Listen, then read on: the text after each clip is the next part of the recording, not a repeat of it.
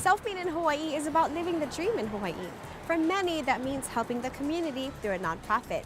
Up next, we talk with Kathy Becklin and Neo Kinla to find out how their nonprofit is inspiring healthy nutrition and enriching the lives of students.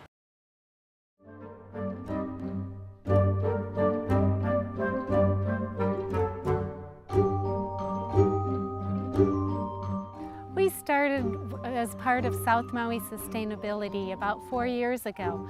We were looking at community gardens and school gardens, and we talked to one of the teachers here, second grade teacher, who wanted to just have her science classes go through use the garden. So we built them 3 beds, and that just started the whole program. The school gave us this lovely large center of the area of the school campus, about 10,000 square feet, and each year we plant a little more of it, and it's growing as much as the kids. We had 650 kids participate last year.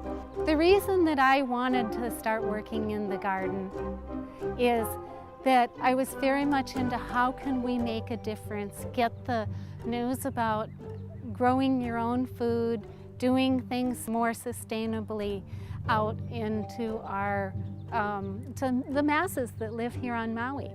And through the garden, we've seen these kids learn stuff, and then they take these lessons home and reach people that we couldn't reach.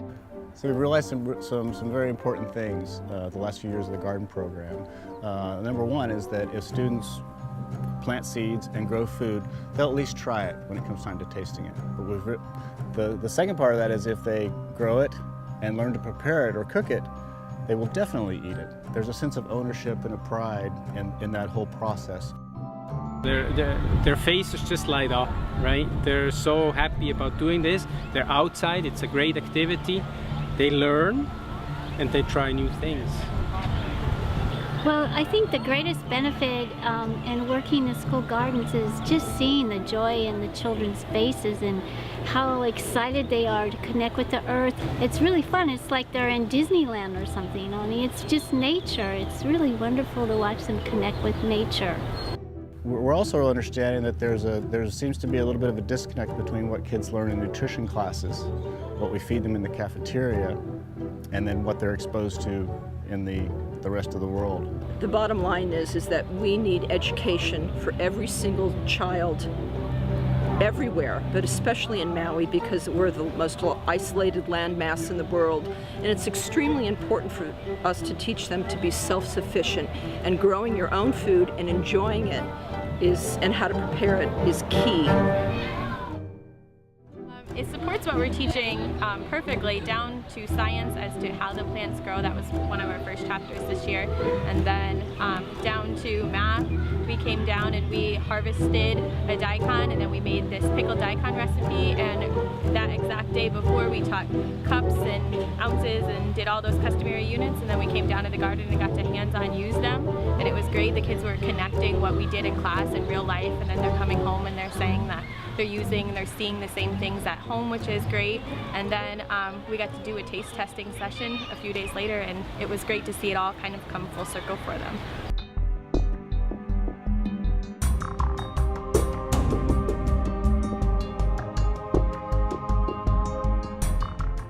It's very important for chefs to be involved in school gardens because it's the next generation of people that are interested in food, and they're the people that are going to be growing our food, and they help sustain locally the produce that we all eat. Especially here on Maui, it's even more important than anywhere else in the world because we are an island, and self-sustainability is something that we try and teach at the earliest possible level. If we start this young, by the time that they're my age, you know, I just started gardening in the last 2 years, you know, and I love it. But if I would have started when I was their age, I can't imagine what kind of stuff I could do. So just to inspire them would be wonderful. I did catch some aha moments, especially when a kid out of the corner catches your eye and says something, you know, culinary like, and you know, as pesto, or you know, tells you what ingredients is in a pesto, and or just, you know, knife skills. It's always nice to see that.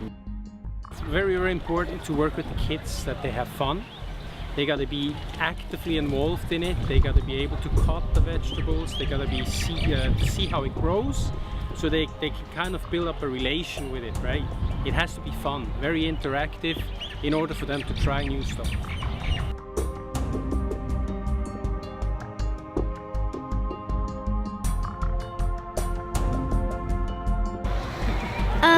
I like the pizza part when we made pizzas. I think the biggest thing is when they eat the green pizza, or the ones with the vegetables, the carrots on them and so forth, that you normally would never have on your pizza, smile and go, I like that one better. You know, so that's really cool. My favorite part of today would be making the pizza. The pizza. The lettuce cups. I felt like I got the short straw on this pizza or lettuce cups, because it's hard. You gotta have kids that eat lettuce and zucchini and all this kind of stuff. But the inspiring is them actually cutting it and, you know, seeing it actually being grown, and then relating it to, you know, our lettuce tacos. You know, I hate to use the Panda Express word, but it's stuff that they've already tried. So just relating it to stuff that they've already tried. Way better than the pizzas, or what? Yeah. A little bit. I like that. The pizza guy. Yeah.